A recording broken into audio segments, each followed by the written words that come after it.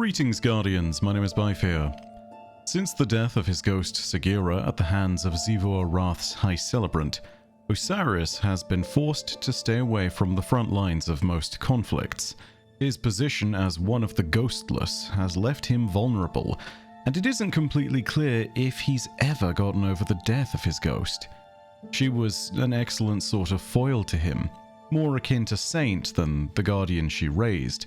She had a certain sass that kept Osiris on his toes, and whilst he was always firmly driven, he was always being reminded to stay just a little bit humble by Sagira, and his ideas in their more extreme forms were tempered into something that was sometimes more actionable and sometimes less rash.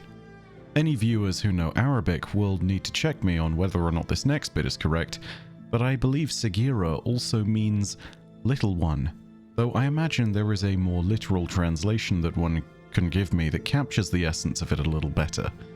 Regardless, that description is almost a perfect comparison of how Osiris saw Sagira. She was his permanent, playful companion.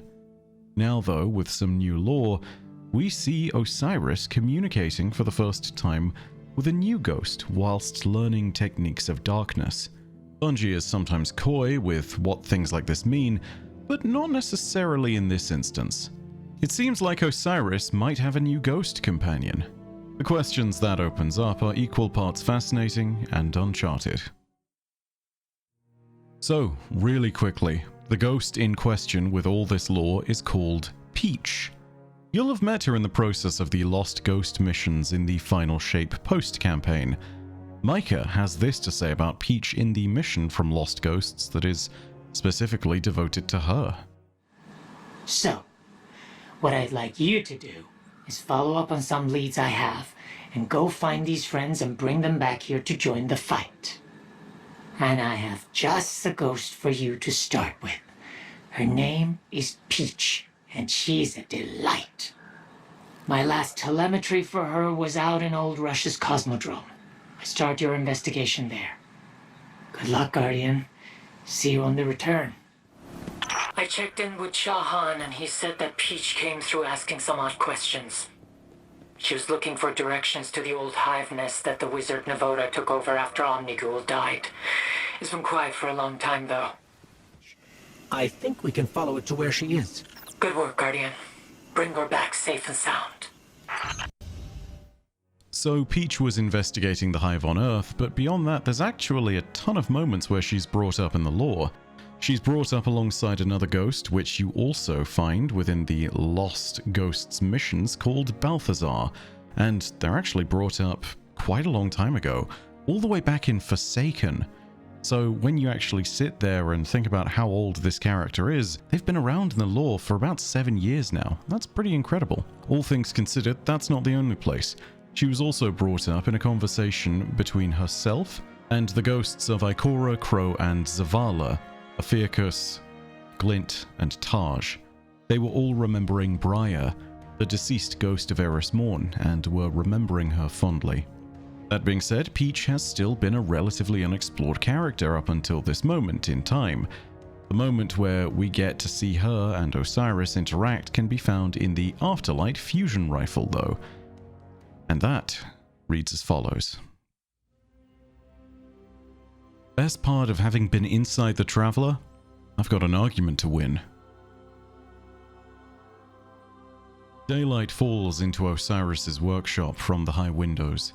Saint 14 has a habit of opening them to let in fresh air. Then Osiris shuts them. Then Saint opens them again. Peach spends her time well within the city limits these days. She's watched this domestic routine play out plenty of times from the outside. It's a solid comedy routine even at a distance. Now she'd like to see it up close. She slips through the window and floats on down. There's a glowing green string stretched between Osiris's hands.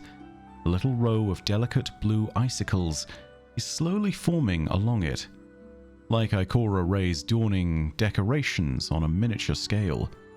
Peach drops further down until she's at Osiris's shoulder. The ice cracks. The string snaps. Osiris sighs. Peach can't help herself. Aw, you'll get it next time. Osiris waves a hand like he's trying to brush away a butterfly, then spins around in a sharp, convulsive motion. You're not... Who are you? He's gone almost the same color as his bandana. It doesn't look great. Are you having a heart attack? Do I need to get someone... Peach doesn't know first aid. It's never come up. No. Who are you? How did you get in? I'm Peach, Peach says. She adds generously, I'm famous. You can look me up. If you're not having a heart attack, can I watch you play with darkness? Why? Because lately, Peach keeps thinking about all the things that can happen to a ghost out in the world, all the powers she can't do anything about. But that's no fun. Academic curiosity. No, get out. Osiris points to the closed door. All right, be like that, Peach says, and blinks out of the visible spectrum. No need to show Osiris how she got in, not when she means to come back later. This is the start of something beautiful, or at least entertaining. So, a few really quick notes here. Afterlight is implying that Osiris is working on a sort of combined darkness technique with Strand and Stasis. This almost feels like a prismatic type of teaching, though the nature of it is clearly something that only manifests within darkness, seeing as Osiris can't wield the light. Back to the relationship between Osiris and Peach though, clearly this is the first step on the journey that will eventually bring them to a friendship, but the implication is one that brings up some very interesting questions. Namely, will Osiris be able to link with Peach and regain the powers that were granted to him by the light? The very formation of this bond and what changes we see within Osiris might tell us a lot. If his powers have been changed, it might tell us more about the nature of the light and how it manifests in specific guardians, whether the ghost matters as much, or whether it is more about them being a conduit, whilst the guardian themselves is the expression.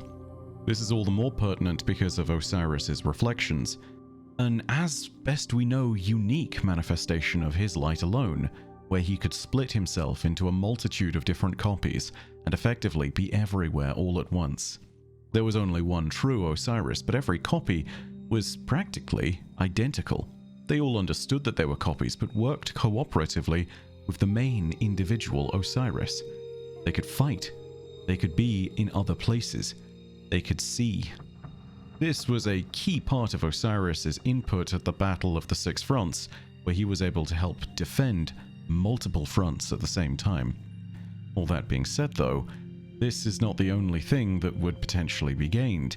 We might also be able to assess the strength of Osiris's light, and see whether it has changed with a new ghost. For all we know, Osiris might need to take a moment to relearn things, or might have an affinity for a completely different kind of light. All that being said though, there is the question of whether or not this is even possible, and I think that there are limited examples, but examples do exist. The main noteworthy one, of course, is Shin Malphur. He seemingly was able to take over Jaren Ward's ghost after Jaren Ward was killed at the hands of Dredgen Yor. Shin is also confirmed to have been chosen as a guardian close to his birth. Given that he died when he was only a few hours or maybe a few days old, he was an infant when a ghost chose him, which kind of explains why he has no memory of it. It's therefore not completely unheard of for a guardian and a ghost to relink after one has lost its first partner, because yeah, that's the clearest example of it. The ghost that originally resurrected Shin Malphur died, and then Jaren Ward's ghost took over. There's a lot we don't know about all this, but the biggest point I'd simply raise is that Bungie doesn't make hints like this without some purpose. If Peach and Osiris are going to become a pair at some point, then perhaps it's going to lead to Osiris returning to the light. But it doesn't just need to be that kind of partnership. After all, Sagira was also Osiris's close confidant, and if nothing else, was a research partner. And if this is as far as the relationship goes between Osiris and Peach, then it's still a worthwhile friendship. After all, Osiris no longer has a connection to the light, and Peach, as a ghost, is a being of light. It sort of helps to fill in the gaps that he now misses. Either way, it looks like this is a developing story, so I'll keep tabs on it until such a time as we see something more about it in-game. But that's all from me for now. If you enjoyed the video, go ahead and leave a like and leave your own thoughts down below in the comments section. Don't forget to hit subscribe and the bell next to subscribe to turn on email notifications. But as per usual, know that your viewership, as always, is quite enough for me. And that in the meantime, my name is Bife. Perodacia ad Astra. I'll see you Starside.